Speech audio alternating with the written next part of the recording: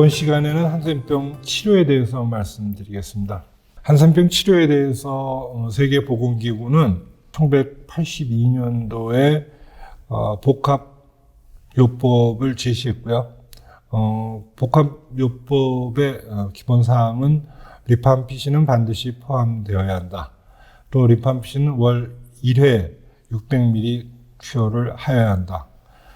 다균형인 경우에는 2가지, 희균형인 경우에는 1가지 약물을 추가하여라. 이런 큰 원칙으로 1982년 세계보건기구는 복합화학요법을 제시했습니다. 이에 따라서 우리나라는 다균형 환자는 뎁선, 리팜피신, 클로파지민 이 3가지 약제를 또 희균형에서도 뎁선, 리팜피신, 클로파지민 이 3가지 약제를 우리 한센병 치료에 이용했죠. 다만 치료 기간은 이제 다균형인 경우에는 균음전시까지라고 제시했고요. 희균형은 최초의 세균 지수가 0이었기 때문에 균음전이라는 개념을 적용시킬 수 없어서 2년간 치료해라 이런 식으로 원칙을 우리나라에서는 정했고 이것에 준해서 현재 치료가 진행되고 있습니다. 한센병 치료약품으로는 뎁선, 리팜피신, 클로파지민이 대표적인 약물이고요.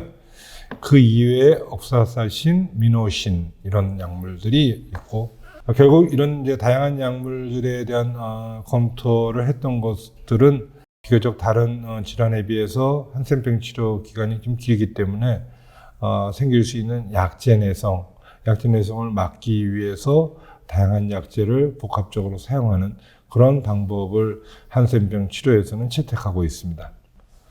이제 답선에 대해서 말씀드리겠습니다. 이게 가장 대표적인 한센병 치료제로 알려져 있고요. 이 약은 굉장히 오랜 기간 동안 사용됐습니다. 그래서 1943년부터 보편적으로 한센병의 선진국을 비롯해서부터 시작을 했겠죠. 지금 미국 같은 지역에서부터는 이제 1943년부터 한센병 치료에 뎁선을 사용하게 됐고요. 이 약제는 정균 효과와 살균 효과를 가지고 있습니다. 근데 살균 효과보다는 정균 효과가 좀 더 크다 이렇게 알려져 있고요. 그래서 이제 초기에는 뎁선만 이용하는 어떤 치료를 계속 진행했고요. 그러다 보니까 뎁선 단독 치료를 했더니 한 10%에서 내성이 발생을 했습니다. 그래서 이제 이 문제를 어떻게 해결할 것인가 이런 오랜 고민을 하게 됐고요. 그 고민 끝에 복합요법, 리팜피신, 뎁선, 클로파지민 이 3가지 약제를 사용하는 복합요법을 시행하게 됐고 WHO 기준으로 치료했을 경우에 약 신환자에서는 1% 정도, 좀 많이 보고된 데서는 7%까지 보고가 됐고요. 의 재발 환자가 발생할 수 있다라고는 보고하고 있습니다. 실제로 뎁선을 많이 쓰면서 환자한테서 발견된 부작용은 여러 가지가 있겠지만 그 중에 우리나라에서는 빈혈 문제가 조금 대두가 됐습니다. 뎁선과 빈혈 문제에서 물론 이제 빈혈이라는 거는 헤모글로빈 수치로 12 이하를 따졌을 때 우리 환자 중에 한 25% 정도가 빈혈을 가지고 있었습니다. 근데 이 빈혈이 과연 뎁선과 연관된 빈혈이냐 아니냐 이 부분에 대한 연구가 진행됐었는데요. 뎁선과 연관된 빈혈인 경우에 글루코시스퍼파제의 결핍이 있는 경우에 뎁선과 연관된 빈혈이라고 이해하고 있거든요. 그래서 이제 그 결핍, 활성 검사상 결핍이 있었던 사람은 1.4%. 그다음에 그러면 그 활성 검사의 결핍을 유발시킬 수 있는 유전자의 돌연변이가 있는 사람은 1.3% 정도가 발견됐습니다. 그래서 우리 환자들이 25% 정도 빈혈을 가지고 있지만은 실제로 뎁선과 연관되는 빈혈은 한 1% 정도로 적다 이렇게 이해가 됐고요. 그러면 우리가 보편적으로 알고 있는 철결핍성 빈혈은 어떤가를 조사해봤더니 14.5% 정도. 대부분의 우리 한센병 때문에 뎁선을 드시는 분들의 빈혈은 원인이 좀 모르고 우리나라의 그 한센 사업 대상자들이 연령층이 굉장히 높기 때문에 이분들의 어떤 노화 현상 때문에 생기는 빈혈이 아닌가 이렇게 좀 현재는 이해하고 있습니다. 리팜피신에 대해서 말씀드리겠습니다. 이 약제는 1970년도부터 한센병에서 본격적으로 사용됐다고 알려져 있고요. 뎁선과 다르게 강력한 살균 작용을 가지고 있습니다. 그래서 굉장히 1980년대 이후에 우리가 보편적으로 사용하고 있는 복합화학요법의 가장 중요한 약물로 인식되고 있습니다. 이 약은 복용 시 반드시 공복 시에 투여하시는 것이 좋습니다.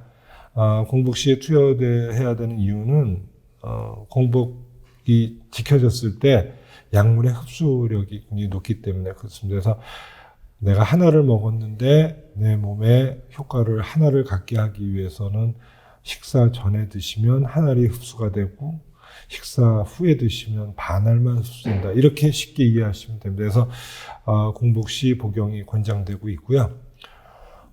굉장히 다양한 그 부작용들은 실제로 보고가 되고 있는데 한센병에서의 이 약물에 대한 부작용 비교적으로 그렇게 많이 보고되고 있지는 않은 것 같습니다. 그래서 가장 환자들이 힘들어하는 게 이 약물을 먹으면 몸살 증상 같이 몸이 축 가라앉아서 굉장히 생활하기 힘들다라고 환자들은 많이 호소하는 것 같습니다. 그래서 이 약을 투여하거나 투약을 관리하시는 분들은 환자들이 이런 어려움을 가질 수 있다라는 것을 좀 이해하시고 환자들을 독려하시는 것이 좋을 것 같습니다.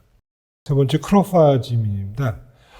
이 약은 1962년도부터 본격적으로 사용됐다고 알려져 있고요. 리팜피신보다는 약하지만 그래도 약간의 살균 효과가 있지 않냐라고 이해하고 있습니다. 근데 이 약의 좀 더 특징은 나반응에도 효과가 있다. 아까 진단 부분에서 잠깐 말씀을 드렸는데 한센병은 굉장히 만성적인 경과를 갖는데 그 사이에 급성적으로 급성염증이 발생한다라고 말씀드렸는데 그런 것들을 좀 억제하거나 치료하는 데 좀 효과가 있다라고 알려져 있습니다. 뎁선이나 리팜피신에 비해서 약자 내성의 보고는 굉장히 적은 게 또 이 약의 특징이고요. 다만 이제 환자들이 싫어하는 부분이 이 약을 먹으면 피부에 착색이 좀 일어납니다. 그래서 이제 그 착색이 사실은 이 약을 끊으면 이론적으로는 6개월에서 12개월 후에 없어진다 이렇게 알려져 있는데 그 착색 자체가 환자들은 내가 이 약을 먹고 있다라는 것을 다른 사람들한테 설명한다라고 생각을 할 수 있거든요. 그래서 이 부분에 대해서 잘 이해를 시켜서 환자의 복약 지도를 하시는 게 좋을 것 같습니다. 그 다음에 이제 쓰는 약으로는 옥수라사신, 미노신, 클라리스로마이신이 있습니다. 정확하게 언제 어떤 약을 쓰라고는 되지 않습니다. 근데 이제 예를 들면 답선을 쓰는데 답선에 내성이 생겼다든지 아니면 이 사람은 답선 때문에 빈혈이 생기는 것 같다든지 그럼 답선을 못 쓰겠죠. 또 리팜피신 굉장히 좋은 약인데 이 사람은 리팜피신의 내성을 가지고 있다든지 아니면 드물지만 리팜피신의 다양한 부작용이 너무 심하게 나타나서 리팜피신을 계속 사용할 수 없다든지 그러면 리팜피신은 못 쓰겠죠. 또는 또 크로파지민을 쓰고 있는데 다른 뎁선이나 리팜피신 같이 내성이 심하거나 다른 부작용이 강력하지는 않지만 피부 착색이 너무 심해서 환자가 너무 심리적으로 위축되고 환자가 굉장히 그 문제 때문에 힘들어한다면 역시 또 크로파지민도 못 쓰게 되겠죠.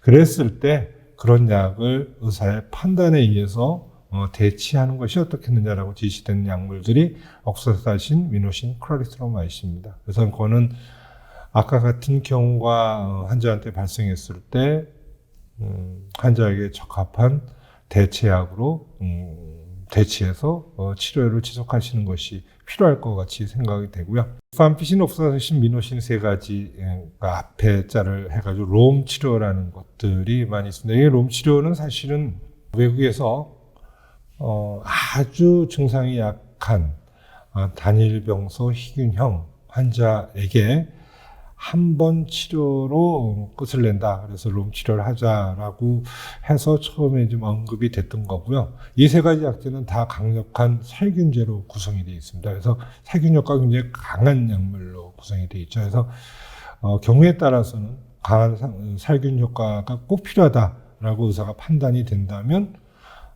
기존의 뎁선, 리팜피신, 크로파지민을 사용하는 기존의 복합요법 시행 전에 롬 치료를 사용할 수가 있겠고요. 예방 치료의 관점에서 모든 치료가 끝났는데 환자는 그래도 재발에 대해서 너무 염려를 많이 하고 굉장히 두려워하고 그랬을 경우에 우리가 예방 치료를 할 수 있는데 그럴 때 롬 처방을 1년에 한 3일 정도 사용한다든지 3회가 더 좋죠. 연속해서 3일보다는 한 달에 한 번씩 3번 정도 한다든지 그렇게 예방치료에도 사용이 되고요.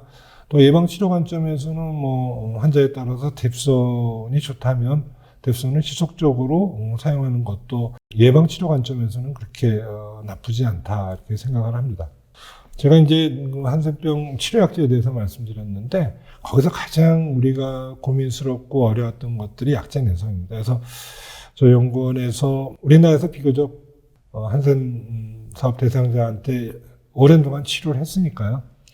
그 오랜 치료 기간이 결국 약제 내성에 어떤 영향을 미쳤는가라는 것들을 좀 알아보려고 연구를 한 적이 있습니다. 그래서 1987년부터 1991년도 당시의 환자와 2004년도부터 2008년도 환자에서 추출한 나균의 DNA를 가지고 약제 내성을 평가했는데 신환자인 경우에 과거 환자 1980년에서 90년대 환자에서 7.7% 정도가 뎁손의 내성을 가졌고요. 최근에 발견한 환자에서 5.6%가 가졌고요. 리팜피신, 옥슬라사실에 대해서는 내성이 없었습니다. 이게 사실 7.7%, 5.6% 이건 통계학적으로 의미가 없습니다. 그러니까 우리가 오랜 동안 한센 사업 대상자들에게 복합요법을 시행했지만 우리나라의 내성 발생 빈도에는 전혀 영향을 미치지 않았다 이런 평가를 내릴 수 있었고요.